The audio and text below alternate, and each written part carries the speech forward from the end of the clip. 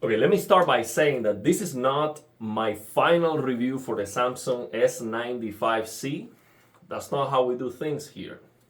I am going to share absolutely everything I learned about this TV, QD OLED.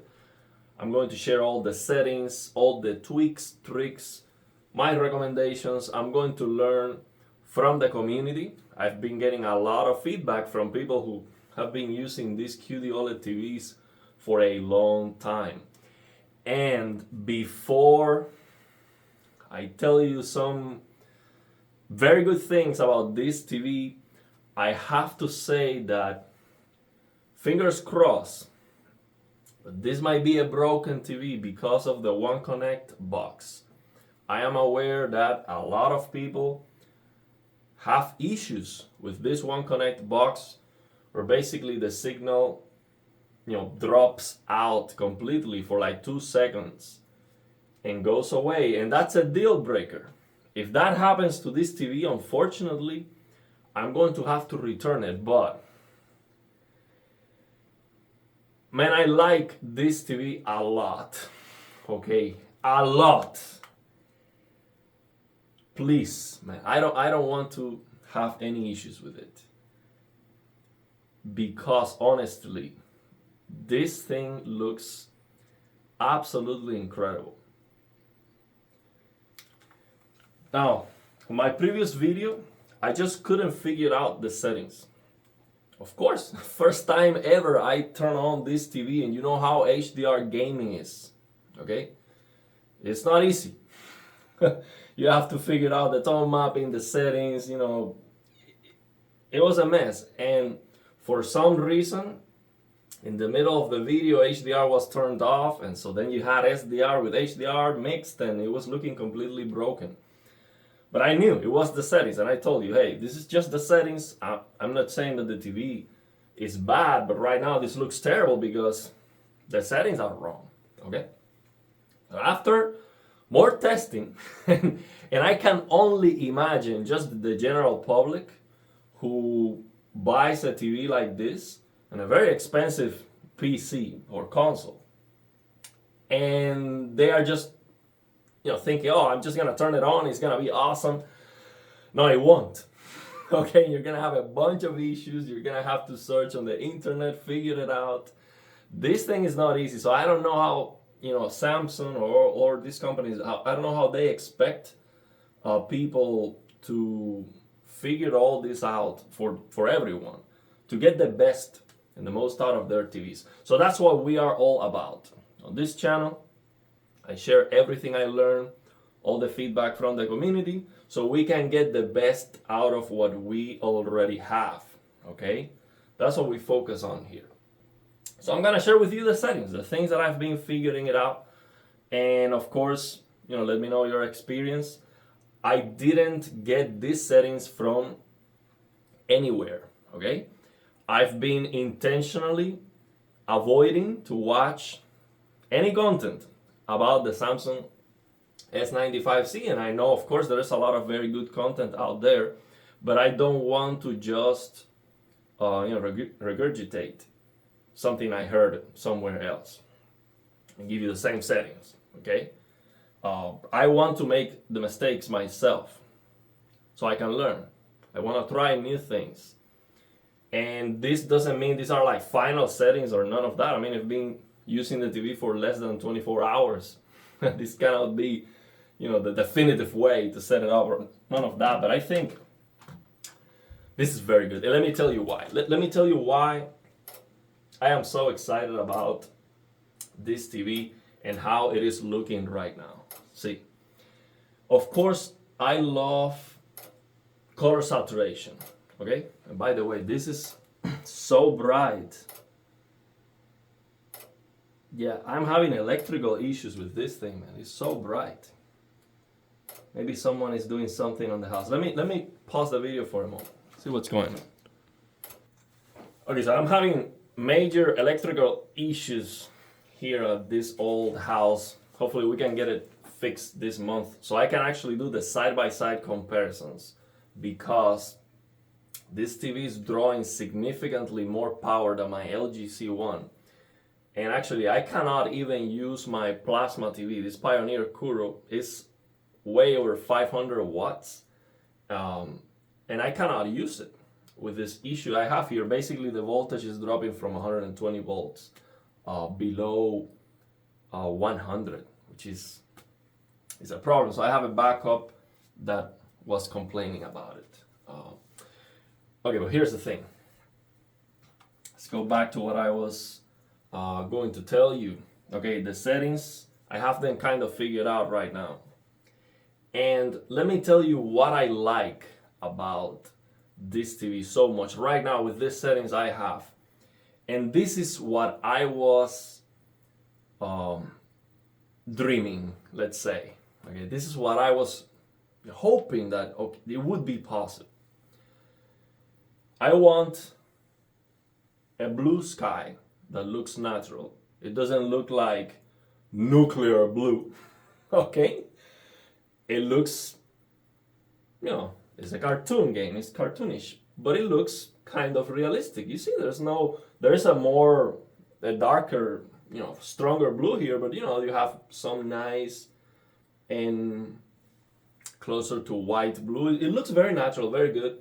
I have some plants here that are green, but they are kind of pallid.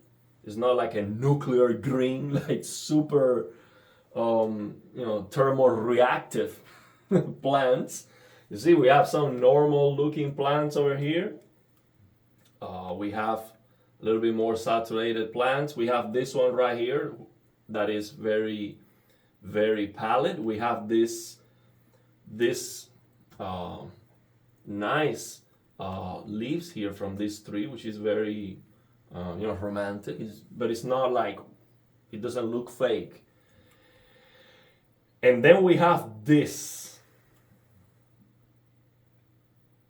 beautiful green. It's so saturated, but it's not ugly. It is so powerful.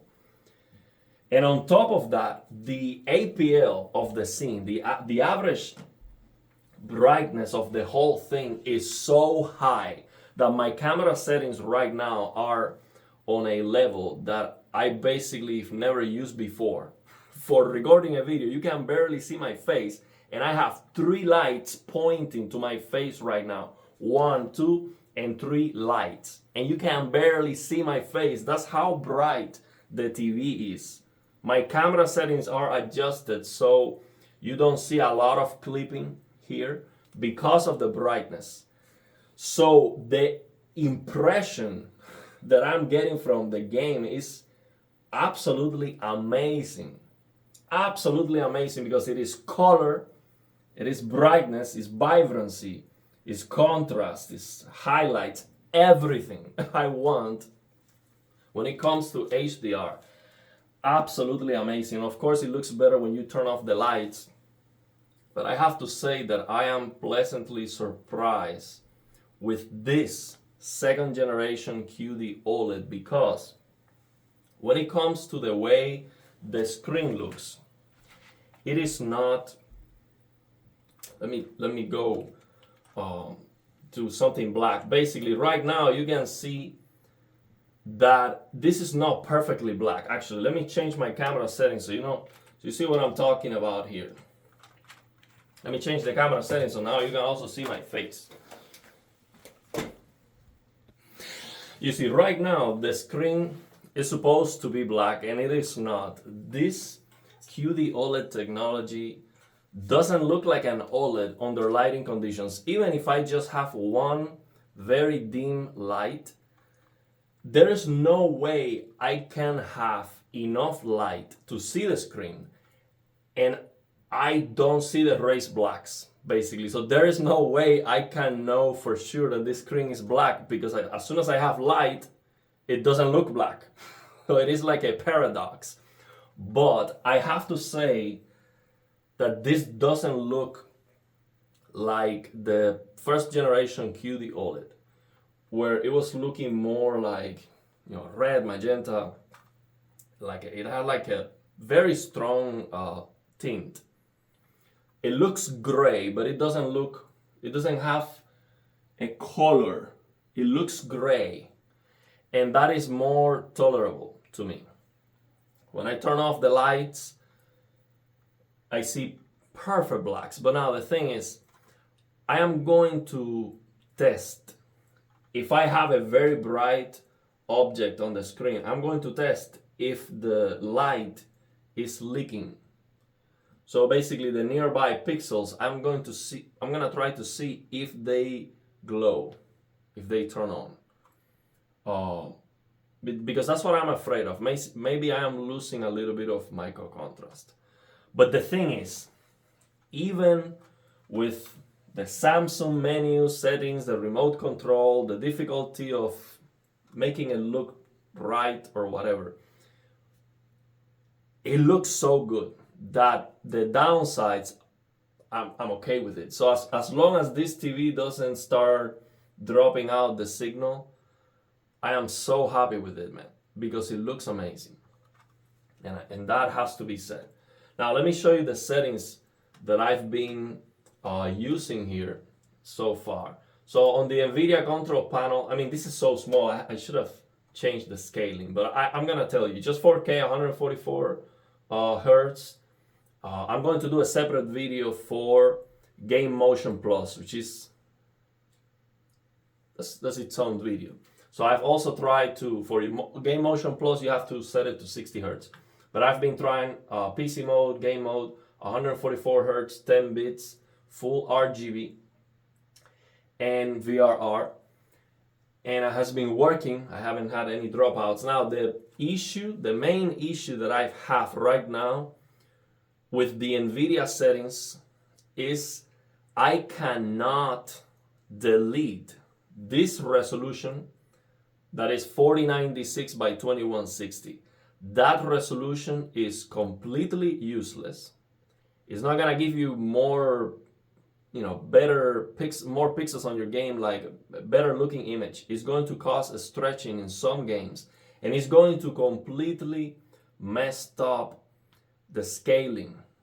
Okay, so you cannot use NVIDIA DLSR, for example, with this, or NVIDIA scaling, because the scaling is always default to the highest resolution, and the highest resolution has an aspect ratio that's not 16 by 9. Okay, so that's a problem. We have to delete that resolution, and I know how to do that. I show you how to do that on a previous video with my LG C1. You basically use the CRU app, Custom Resolution Utility app on the PC, and you just delete it. So the thing is, I am doing that and it's not working for some reason. It seems like as soon as I restart the drivers for that change to take place, it's still there. So I haven't found a way to get rid of that resolution, and I need to do that. It's very important. So that's one issue I've been having. Let me know if you know how to fix that. But yeah, the thing is, the TV looks absolutely amazing. I'm going to share with you on this video a bunch of test patterns that you can try. Of course, this is like real footage that looks very good on HDR. It's just 1000 nits, so it's not getting the most out of this TV, but it looks very nice. So I'm going to share with you a lot of test patterns that are very, very important every time you're trying a new TV, especially for HDR. These are going to be HDR test patterns that you need to use so you can understand the tone mapping that the TV is doing. So for example, this test pattern that I was showing on the previous video, which again, some people ask me, hey, where did you get that? I'm gonna share that with you on this one. Let me see if it's this one. Yeah. For example, this test pattern, which might be clipping on the video, of course, my camera cannot capture all of this, but I'm gonna tell you what's going on. With this test pattern, you can see where is the clipping point, okay? And of course, we have more test patterns that we can use to verify it, or maybe this one, the jumps are too big, so we use different ones. But you need to know where is the clipping point so you can set up the settings. Because, for example, let me show you the settings I'm using on the TV right now. So we come here. By the way, I'm not liking this remote control at all. This is, I mean, I'm not going to say it absolutely sucks, but it kind of. I do like that it has this charging by light thing. But man, we have no buttons here. I'm struggling with it. Basically, I couldn't even find where the settings were before. You have to, press here this play button. Go figure. But now we open this game bar. So I have everything set. Let me show you that first. I have everything set to PC mode right now. And on the settings, I'm still learning, so I'm not gonna have all the abilities I have with the LG.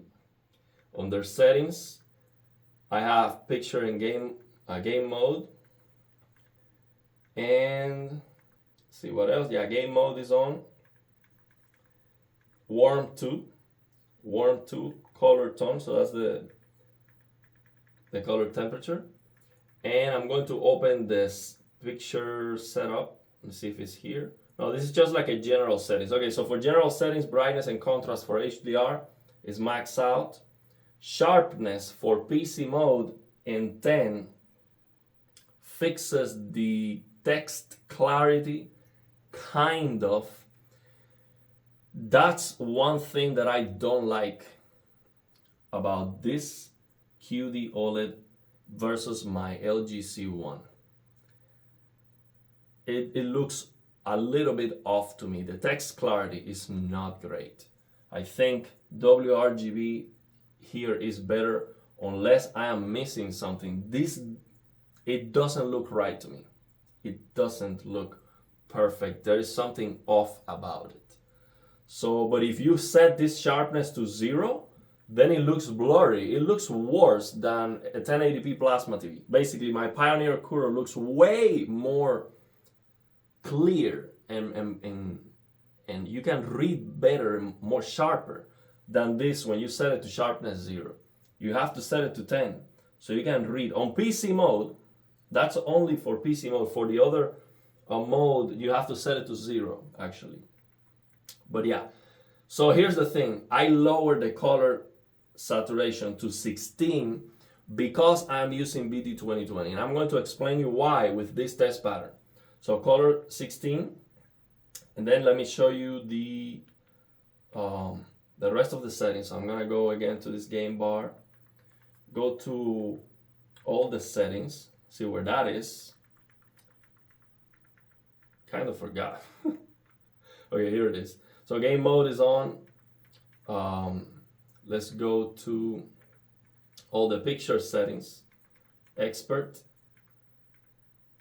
So here's the same settings I show you. Color 16. Tone mapping static. With tone mapping static, the clipping point is probably 1300 nits. This jumps from 12 to 1400. And by default, actually Windows or NVIDIA or the drivers, whoever, recognize the TV and set the peak brightness on the system to 1200 nits. And actually when I use HDR Plus with Red Dead Redemption, you turn on HDR Plus, and I'm gonna make a separate video about HDR Plus. I'm gonna test more games to see what happens. But when I turn on HDR Plus, basically the in-game peak brightness slider was set to 1200 nits without me changing it. So that's great. That's very, very good. So yeah, with a static, I see that at 1200 nits, it is not clipping, but on the HDR calibration app on Windows, it is actually clipping at 1200. Actually, I set the HDR calibration app on Windows 11. I set it to 1190. So 1190 nits, because that's where the logo disappears. So right now for me, the safest bet is to set all the games to 1200 nits. But it seems like it is beyond that. It might be 1300, but I'm not sure because of that HDR calibration app is kind of confusing me. And I know that the HDR calibration app numbers are not, it's not a linear scale unless they fix it. But in this case, when I set it to 1190 and I go to display settings, it says 1190 nits. Okay, so that's where it is clipping clearly for me with this tone mapping set to static. So color tone warm 2, gamma ST2084, that's HDR. Now I tried this ST2084 and shadow detail sliders. I don't like at all what this shadow detail does. I think it's terrible. I do not like what it does. I turn it up, it raises the black level, and it doesn't give you more visibility near black. Yeah, it does because it's raising the black level, but it's not doing that while still maintaining the perfect black. So I don't like at all this. And actually, I don't like a lot how this QD OLED looks near black. It has like, I'm not going to say like plasmas because plasmas have a lot of mosquito noise, but it's a little bit noisy. It is a little bit noisy. It is not as clean as WRGB OLED near black. The uniformity, I'll do a separate video for the uniformity so I can show you all the full screen pictures. The uniformity is a lot better than WRGB, and near black it is also a lot better, but yeah, it has that particular characteristic. Now here's the thing. I am using this color space in native because this is as colorful as it gets. But what happens when you change this to native is that the colors are going to clip. So what clipping means, let me explain you. You need from 0 nits to the brightest your TV can get, you will have steps. For example, you start with 0, it's black, then it gets gray and brighter gray, then it looks like white, and it becomes brighter and brighter white until your TV cannot get any brighter. Same thing happens with colors. So when the tone mapping is set to a target, let's say right now 1300 nits, for example, you want to have a separation of colors, a differentiation between the colors until that point at least. You don't want to, after 1000 nits, let's say, then you don't have more saturated red and all the reds look the same. You don't want that. You want to still have more powerful red until you get until the clipping point.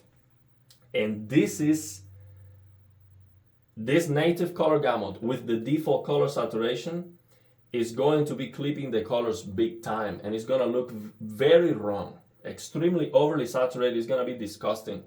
So you have to lower this color saturation. Now the question is, how much do you have to lower this color saturation? How can you know?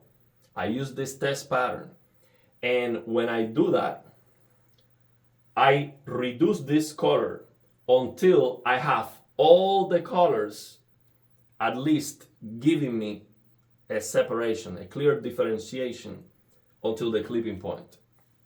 Now that doesn't mean that this is accurate, because maybe you need to set this a little bit higher or lower for a more accurate picture. But the thing is, this is at least going to ensure that you're not going to lose that color separation, that you're going to be able to see details. So things are not going to clip before they should. And actually, I think this is one of the most impressive things about QD OLED. This thing is not clipping the colors at all.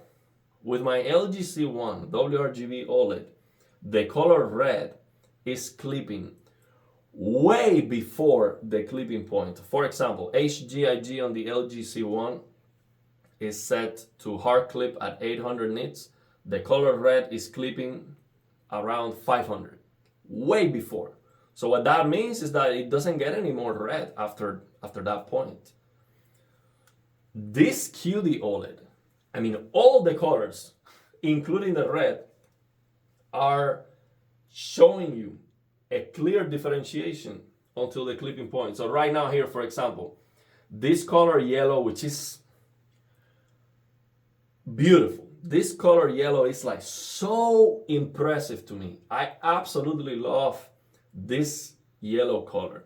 It is clipping around 1400 nits. This one is clipping like here, 2500. This one is clipping at 3000. This one is clipping like at 1500 or 1600, something like that. So you see, but then red is clipping at the same point as white, very similar, and blue is clipping like here at 2000. So this is incredibly good. That means that we have all the brightness that this TV has is color, is vibrancy, and that is so awesome, man. Absolutely love that about this TV. It's like so good that we have to deal with all the pains, problems, quality control, all the things just to get this. It's so good, man. Absolutely love this thing because of that. But again, I'm not telling you to run away and buy one of these TVs because it might be a broken TV because of the dropouts or other issues that I might encounter in the future. So again, I'm going to share with you all these color clipping patterns. You're gonna have a lot to have fun with. Also, near black test patterns. When it comes to the near black, I have to wait until I break in this TV because it is normal for the near black to be a little bit darker than it should. And actually this S95C is, I would say, is crushing near black, but it's like the very, very last. It's crushing a little bit. It's not a big deal. Most likely after it breaks in, it's gonna get perfect. So you have near black test patterns there to check.